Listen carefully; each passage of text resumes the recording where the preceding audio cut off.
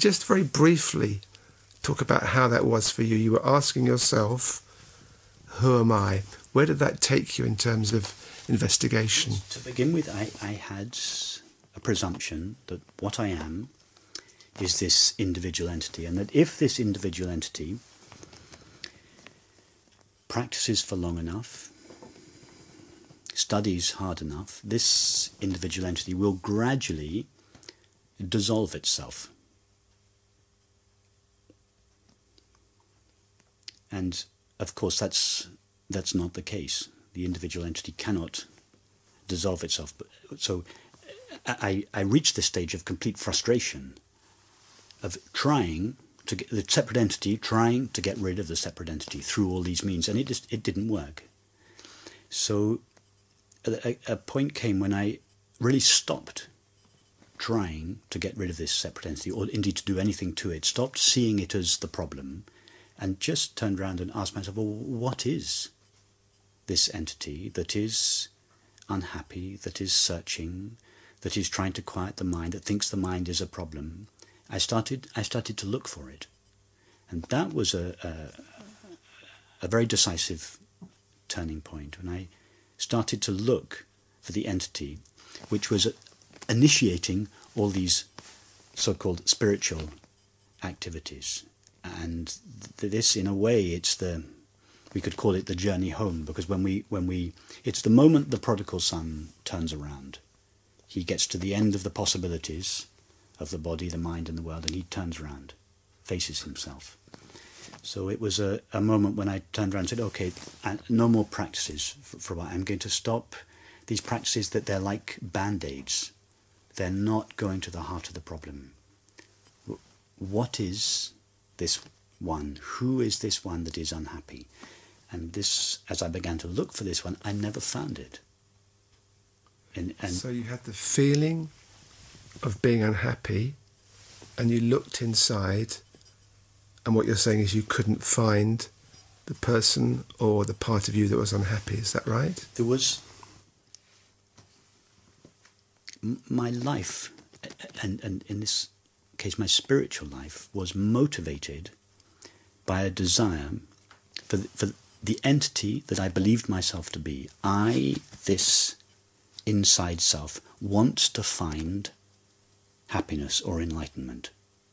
I want to find, I want to be enlightened. Yeah. I want to be happy. Yeah. And this I had explored it normally in the world, as one does. And then I had begun to explore it spiritually, which is a kind of refinement, we could say, of the worldly search. But nevertheless, it's still a search, more in the realm of the mind, in my case, stilling the mind, states of mind. So I had tried all these things, had got some temporary relief, but no real satisfaction. So at some stage I turned round. Who is this one?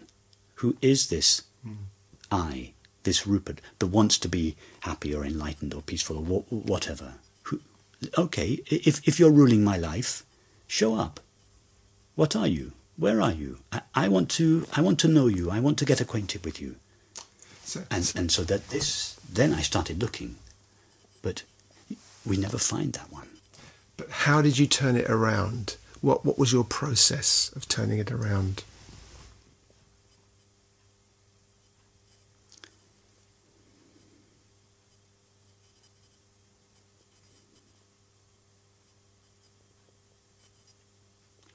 It became clear to me that up until then I had presumed that it is I, this body-mind, I, this entity, that knows the world. But it came clear quite quickly to me that no, it's not I, this body-mind, that knows the world. It's I, this, whatever exactly I am, that knows the body, mind, and world. In other words, the mind and the body are known. I know my thoughts. I know the body. The body doesn't know. I mean, your cheek is not listening to these words. An earlobe is not listening to these words. A thought cannot hear. A thought cannot see. So it became clear in my experience, no, it's not a body-mind that knows or experiences. The body-mind is experienced, is known. But I know that it's known by me. What is this me that I know I am, that is present, that is intimately myself, and that knows thoughts but is not made out of a thought, that knows sensations but is not made out of a sensation. And of course, wherever you look, wherever you try to turn towards it, it's always the wrong direction. It's like if I were to ask you now to stand up and take a step towards yourself. Where would you go? Every step that you take would be the wrong direction, and yet you could never get away from yourself. It was like that. I tried to look for myself.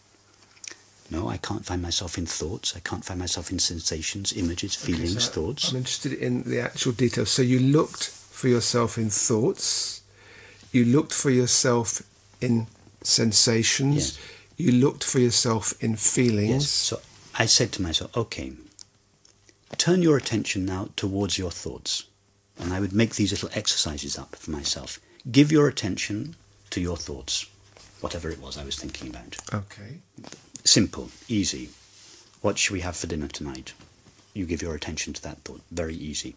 Then I would say to myself, now give your attention to your body, the tingling sensation at the soles of my feet. Or easy. I know exactly where to place my attention.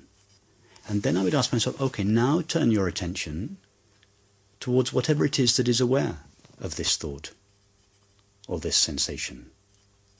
Because whatever it is that is aware of the thought and sensation is what I call myself. It is I that knows the thought, that knows the sensation. And so I would say, okay, give that one your attention. Turn towards that one. And to begin with, because we're accustomed to focusing on objects, on thoughts, on sensations, on perceptions, I would begin to look for myself for yet another object, a kind of super object, a subtle object. And I found that whatever I landed my attention on was, again, some subtle, maybe a very subtle feeling in the body. But then I would ask myself, no, don't give that feeling your attention. Give the one who knows that feeling, who is aware of that. Give that one your attention. And to begin with, I would go out again towards an object, and then it would collapse back. And then the impulse to go out again, to find myself as some kind of a thing, some kind of an object, the impulse would rise up, and the futility of it, the impossibility of it, would just automatically collapse the effort. And I just found that it was so ridiculous to look for myself as some kind of an object, because I already was. Myself is too close to myself to be found or known as any kind of an object. So there was a collapse of this looking for myself as an object, and it was replaced by a sense of, I am myself already. I can never know it as an object, but that doesn't mean that I can't know it intimately in my experience, not in subject-object relationship, but it knows itself. It became so clear that the way to know myself was simply to be myself. That is awareness's way of knowing itself, by being itself, and it is always itself. It became so obvious that I had mistaken myself for a thought or a sensation or a cluster of sensations or an image, and it became obvious to begin with in kind of momentary glimpses, but over time these glimpses stabilized. It just became more and more obvious that I was already intimately acquainted with what I was looking for.